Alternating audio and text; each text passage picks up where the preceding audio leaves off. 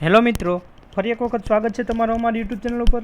આજે આપણે જીકે ભાગ 12 એટલે કે એમાં આપણે કેટલીક ગુજરાતી સાહિત્યને લગતી પંક્તિઓ, એવા પ્રશ્નો પૂછાતા હોય કે પંક્તિ આપેલી હોય કોઈ પણ અને નીચેના લેખકનું નામ જણાવવાનું હોય. આવનાર બિન સચિવાલય ક્લાર્ક, PGVCL, ATDO વગેરેમાં એવા પ્રશ્નો પૂછાઈ શકે. તો આપણે એને લઈને 20 પ્રશ્નો જોશું મહત્ત્વના. જોઈએ પહેલો પ્રશ્ન. ભૂમિઓ વિના મારે ભમવાતા ડુંગરા, જંગલની કુંજ કુંજ જોવી હતી. આ એક કાવ્ય પંક્તિ આપેલી છે, તો એનો જવાબ છે એ. જવાબ ટીક કરેલો છે એમાં. ઉમાશંકર જોશી. કોની કાવ્ય પંક્તિ છે? ઉમાશંકર જોશીની. ત્યાર પછી, ચલ મન મુંબઈ નગરી જોવા પૂછ વિનાની મગરી. ચલ મન મુંબઈ નગરી જોવા પૂછ વિનાની મગરી. આ કાવ્ય પંક્તિ કયા કવિની છે? જવાબ આવશે સી. નિરંજન ભગત. ત્યાર પછી, ઈંધણા વીણવા ગઈતી. આ પ્રસિદ્ધ કાવ્યના કવિનું નામ જણાવો. તો આ ખબર જ હોય, સૌથી વધારે વખત આ પ્રશ્ન કદાચ ક્લાસ 3માં પૂછાઈ ગયેલ. રાજેન્દ્ર શાહ. ઈંધણા વીણવા ગઈતી. ત્યાર પછી, પ્રેમનો વિજય. સોનેટ કાવ્યના કવિનું નામ જણાવો. પ્રેમનો વિજય. તો જવાબ આવશે સી.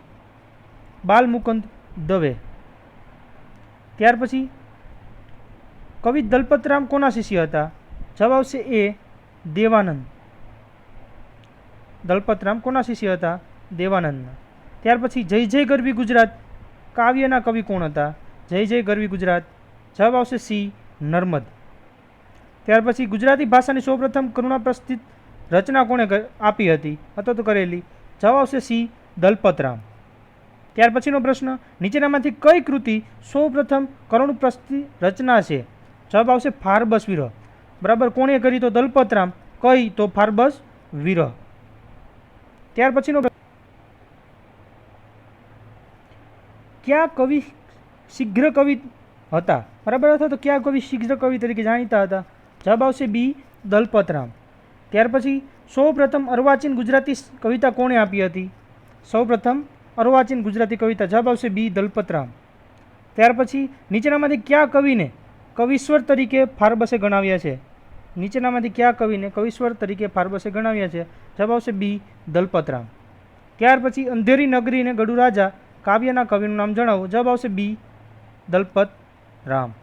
ત્યાર પછી, ઉટ કહે કાવ્યમાં ક્યાં રસ પ્રધાન છે? ઉટ કહે કાવ્યમાં કયો રસ પ્રધાન છે? જવાબ આવશે ડી. હાસ્ય પ્રધાન. ત્યાર પછી, અર્વાચીન ગુજરાતી સાહિત્યમાં સૌપ્રથમ મહાકાવ્ય રચવાનો પ્રયાસ કરનાર કવિ કોણ હતા? ગુજરાતી અર્વાચીન સાહિત્યમાં સૌપ્રથમ મહાકાવ્ય. જવાબ આવશે બી. નર્મદ. ત્યાર પછી, નર્મદે કયું મહાકાવ્ય લખ્યું હતું? જવાબ આવશે એ. વીરસિંહ. વીરસિંહ. ત્યાર પછીનો પ્રશ્ન, સૌપ્રથમ લોકગીત ક્ષેત્રે કોણે સંપાદન કર્યું હતું? જવાબ આવશે એ. નર્મદ. ત્યાર પછી, જાનવરની જાન કાવ્યના કવિનું નામ જણાવો. જવાબ આવશે બી. નવલરામ. Most IMP. જાનવરની જાન નવલરામ. ત્યાર પછી, કુસુમમાળા કાવ્ય સંગ્રહના કરતા? કુસુમમાળા. જવાબ આવશે નરસિંહરાવ દિવેટિયા.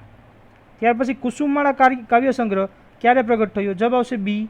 1887. કુસુમમાળા નરસિંહરાવ દિવેટિયા. સાલ પૂછે તો 1887. ત્યાર પછી, મંગલ મંદિર ખોલો કાવ્યના કવિ કોણ છે?